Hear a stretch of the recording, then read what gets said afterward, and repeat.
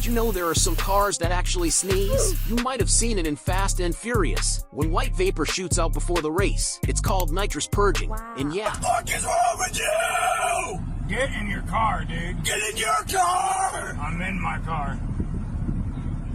That's fair. That's fair. It does kinda look like the car's sneezing, but here's why it matters. When nitrous sits too long in the lines, it warms up and turns into gas. Gas expands too fast. It's unpredictable, and it won't give you that hard launch racers need. So before a run, racers purge the lines, clearing out the gas and making sure only cold, so next time you see a car sneeze, just know it's not playing around.